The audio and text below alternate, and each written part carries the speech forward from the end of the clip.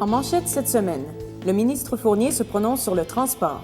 Jacques Bouchard priorise l'économie. Les Journées de la culture, c'est pour bientôt. 25e anniversaire de Macadam Sud. Journée du refus de la misère. Bonjour mesdames et messieurs, bienvenue à votre cyberjournal. Le ministre Jean-Marc Fournier n'est pas en mesure de dire quand son gouvernement compte annoncer la subvention de 18 millions de dollars destinée à développement de l'aéroport Saint-Hubert-Longueuil. À la suite d'une conférence devant la Chambre de commerce et d'industrie de la Rive-Sud, où il a surtout vanté les mérites du projet de l'autoroute 30, le ministre a simplement dit que le projet cheminait très positivement. Il a cependant été plus précis concernant le projet du système léger sur rail, de l'estacade et l'hypothèse de reconstruction du pont Champlain.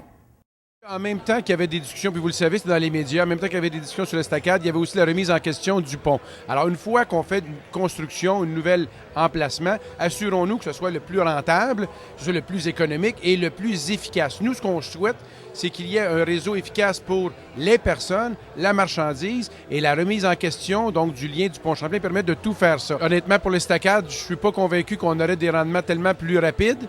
Et à l'égard du pont Champlain, je crois qu'il y a une accélération du cours de l'histoire présentement. Le candidat conservateur dans Longueuil, Pierre Boucher, et ancien chef de cabinet adjoint pour Développement économique Canada, mise sur ses connaissances en économie et axe sa campagne sur l'aide aux entrepreneurs. Le candidat Jacques Bouchard tient aussi à souligner qu'une attention particulière sera attribuée aux plus démunis. C'est sûr que j'ai un cœur pour la veuve et l'orphelin. Il va y avoir une place de choix dans mon bureau. C'est sûr qu'il va y avoir un service spécialement dédié à ces gens-là. Puis oui, je vais travailler fort en interaction avec tous ces organismes-là. Ça, c'est clair. Je vais y mettre la même passion, la même vigueur que je vais mettre au niveau du développement économique. La Ville de Longueuil vibrera au rythme de la culture du 26 au 28 septembre prochain dans le cadre de la 12e édition des Journées de la culture. Voici le reportage de Carl Boisvert.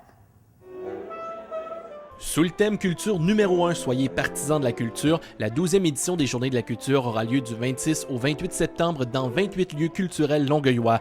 Une quarantaine d'artistes ont décidé d'ouvrir leurs portes afin de partager leur savoir-faire, leur créativité et leur passion de l'art sous toutes ses formes. Bien, on va innover évidemment que tous les artistes et les artisans et les organismes culturels sont mis à contribution pour nous offrir une programmation très riche et très diversifiée et surtout pour tous les âges, tous les goûts. Des expositions, des visites d'ateliers d'artistes, des conférences, des concerts et des démonstrations seront présentés à travers 2 circuits différents de la ville. Il est à noter que les navettes d'autobus seront offertes gratuitement lors de ces 3 jours. Également, lors du dévoilement de la programmation des Journées de la culture à l'Hôtel de Ville, le maire de Longueuil, Claude Gladu, a profité de l'occasion pour lancer la 5e édition du prix littéraire Pauline Guil sur le thème de l'écriture, une liberté audacieuse. On veut prouver à la face de la province et de tout le pays que les arts ont des ressources inépuisables, que malgré les coupures qui viennent de partout, avec la solidarité, on est capable de s'organiser pour que les arts demeurent vivants. Tous les détails du concours littéraire et des Journées de la culture sont disponibles sur le site Internet de la Ville de Longueuil. C'était un reportage de Carl Boisvert pour Média Sud. Le Carrefour Jeunesse de Longueuil, maintenant nommé Macadam Sud, a fêté son 25e anniversaire à l'extérieur. Au menu, différentes prestations musicales, des spectacles de magie, des amuseurs publics et des tournois médiévaux.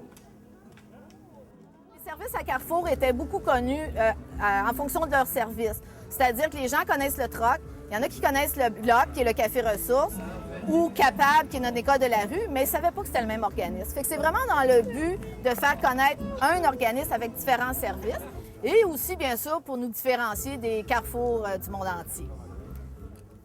La Journée internationale du refus de la misère se tiendra le 17 octobre prochain.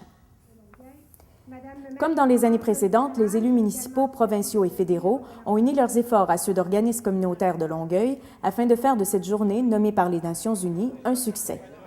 Le 17 octobre prochain, les cloches des églises du diocèse sonneront à 17h pour souligner l'événement. C'était votre cyberjournal avec Alicia Limberner de la Maison Quelque part. À la semaine prochaine.